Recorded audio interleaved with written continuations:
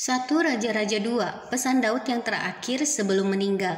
Ketika saat kematian Daud mendekat, ia berpesan kepada Salomo anaknya, "Aku ini akan menempuh jalan segala yang fana, maka kuatkanlah hatimu dan berlakulah seperti laki-laki. Lakukanlah kewajibanmu dengan setia terhadap Tuhan Allahmu dengan hidup menurut jalan yang ditunjukkannya, dan dengan tetap mengikuti segala ketetapan, perintah, peraturan, dan ketentuannya, seperti yang tertulis dalam hukum Musa, supaya engkau beruntung dalam segala yang kau lakukan dan dalam segala yang kau tuju, dan supaya Tuhan menepati janji yang diucapkannya tentang aku, yakni, jika anak-anakmu laki-laki tetap hidup di hadapanku dengan setia, dengan segenap hati dan dengan segenap jiwa, maka keturunanmu takkan terputus dari tahta kerajaan Israel. Dan lagi engkau pun mengetahui apa yang dilakukan kepadaku oleh Yoab anak Zeruya, apa yang dilakukannya kepada kedua panglima Israel, yakni Abner bin Ner dan Amasa bin Yeter. Ia membunuh mereka dan menumpahkan darah dalam zaman damai seakan-akan ada perang, sehingga sabuk pinggangnya dan kasut kakinya berlumuran darah. Maka bertindaklah dengan bijaksana dan janganlah biarkan yang ubanan itu turun dengan selamat ke dalam dunia orang mati.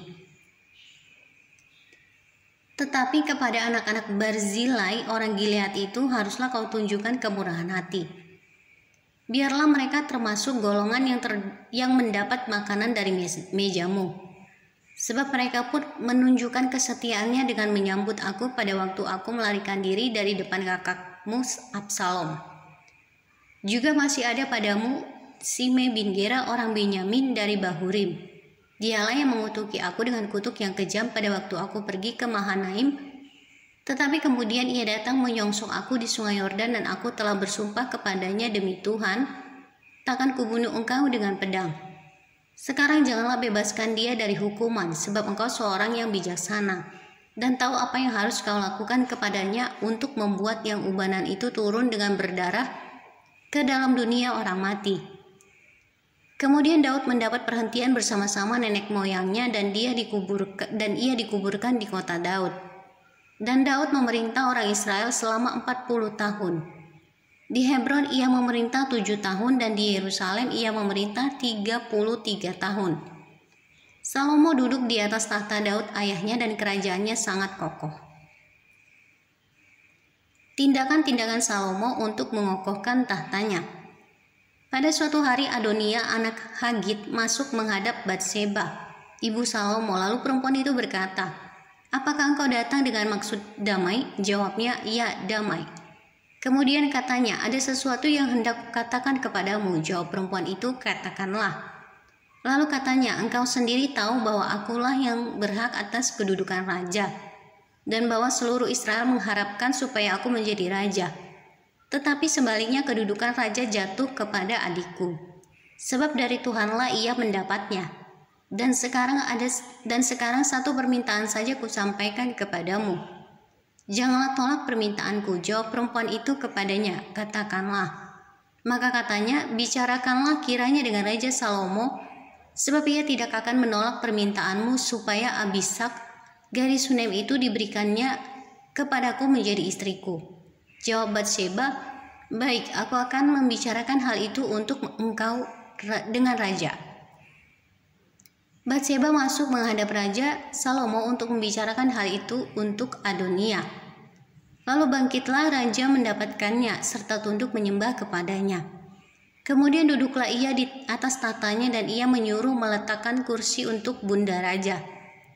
Lalu perempuan itu duduk di sebelah kanannya. Berkatalah perempuan itu, "Suatu permintaan kecil saja yang kusampaikan kepadamu, janganlah tolak permintaanku." Jawab raja kepadanya, "Mintalah ya ibu, sebab aku tidak akan menolak permintaanmu." Kata perempuan itu, "Biarlah Abisak gadis Sunem itu diberikan kepada kakakmu Adonia menjadi istrinya." Tetapi Raja Salomo menjawab ibunya, "Mengapa engkau meminta hanya Abisak gadis Sunem itu untuk Adonia? Minta jugalah untuknya kedudukan raja, bukankah dia saudaraku yang lebih tua? Dan di pihaknya ada Imam Abiatar dan Yoab anak Zeruya." Lalu bersumpahlah Raja Salomo demi Tuhan, "Beginilah kiranya Allah menghukum aku. Bahkan lebih daripada itu, jika Adonia tidak membayarkan nyawanya dengan permintaan ini. Oleh sebab itu demi Tuhan yang hidup, yang menegakkan aku dan mendudukkan aku di atas tahta Daud ayahku, dan yang membuat bagiku suatu keluarga seperti yang dijanjikannya, pada hari ini juga Adonia harus dibunuh. Lalu Raja Salomo menyerahkan hal itu kepada Benaya bin Yoyada. Orang ini memancung dia sehingga mati. Dan kepada Imam Abiatar raja berkata, "Pergilah ke Anatot, ke tanah milikmu. Sebab engkau patut dihukum mati, tetapi pada hari ini aku tidak akan membunuh engkau. Oleh karena engkau telah mengangkut tabut Tuhan Allah di depan Daud ayahku. Dan oleh karena engkau telah turut menderita dalam segala sengsara yang diderita ayahku." Lalu Salomo memecat Abiatar dari jabatannya sebagai imam Tuhan.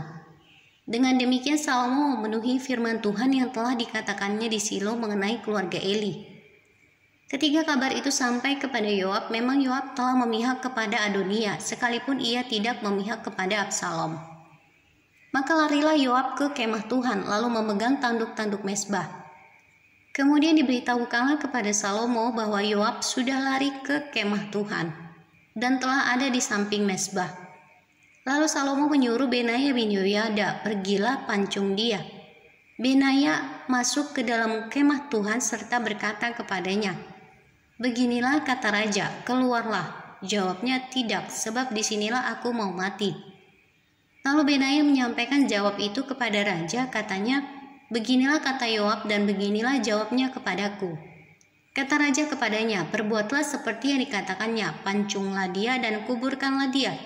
Dengan demikian engkau menjauhkan daripadaku dan daripada kaumku noda darah yang ditumpahkan Yoab dengan tidak beralasan. Dan Tuhan akan menanggungkan darahnya kepadanya sendiri, karena ia telah membunuh dua orang yang lebih benar dan lebih baik daripadanya. Ia membunuh mereka dengan pedang dengan tidak diketahui ayahku Daud, yaitu Abner bin Ner, panglima Israel, dan Amasa bin Yeter, panglima Yehuda. Demikianlah darah mereka akan ditanggungkan kepada Yoab dan keturunannya untuk selama-lamanya. Tetapi Daud dan keturunannya dan keluarganya dan tahtanya akan mendapat selamat daripada Tuhan sampai selama-lamanya." Maka berangkatlah Benaya bin Yoyada lalu memancung dan membunuh Yoab. Kemudian dia dikuburkan di rumahnya sendiri di padang gurun. Raja mengangkat Benaya bin Yoyada menggantikan Yoab menjadi kepala tentara, dan raja mengangkat Imam Zadok menggantikan Abiatar. Kemudian raja menyuruh memanggil Simei dan berkata kepadanya, "Dirikanlah bagimu sebuah rumah di Yerusalem. Diamlah di sana dan janganlah keluar dari sana kemana-mana pun. Sebab ketahuilah sungguh-sungguh bahwa pada waktu engkau keluar dan menyeberangi sungai Kidron, pastilah engkau mati dibunuh dan darahmu akan ditanggungkan kepadamu sendiri." Lalu berkatalah Simei kepada raja, "Baiklah demikian, seperti yang tuanku raja katakan. Demikianlah akan dilakukan hambamu ini." Lalu Simei diam di Yerusalem beberapa waktu lamanya. Dan sesudah lewat 3 tahun, terjadilah bahwa 2 orang hamba Simei lari kepada Akis bin Maaka, raja Gad.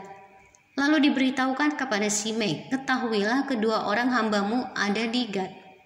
Maka berkemaslah Simei di pelanainya keledainya, dan pergilah ia ke Gad kepada Akis untuk mencari hambanya itu. Lalu Simei pulang dan membawa mereka dari Gad. Ketika diberitahukan kepada Salomo bahwa tadinya Simei pergi dari Yerusalem ke Gad dan sekarang sudah pulang, maka raja menyuruh memanggil Simei dan berkata kepadanya, "Bukankah aku telah menyuruh engkau bersumpah demi Tuhan dan telah memperingatkan engkau begini? Ketahuilah sungguh-sungguh bahwa pada waktu engkau keluar dan pergi kemana-mana pun, pastilah engkau mati dibunuh." Dan engkau telah menjawab, "Baiklah demikian, aku akan mentaatinya." Mengapa engkau tidak menepati sumpah demi Tuhan itu dan juga perintah yang kuperintahkan kepadamu? Kemudian kata raja kepada Simei, "Engkau sendiri tahu dalam hatimu segala kejahatan yang kau perbuat kepada Daud ayahku, maka Tuhan telah menanggungkan kejahatanmu itu kepadamu sendiri. Tetapi diberkatilah kiranya Raja Salomo dan kokohlah tahta Daud di hadapan Tuhan sampai selama-lamanya. Raja memberi perintah kepada Benaya bin Yoyada, lalu keluarlah Benaya, dipancungnya Simei sehingga mati. Demikianlah kerajaan itu kokoh di tangan Salomo.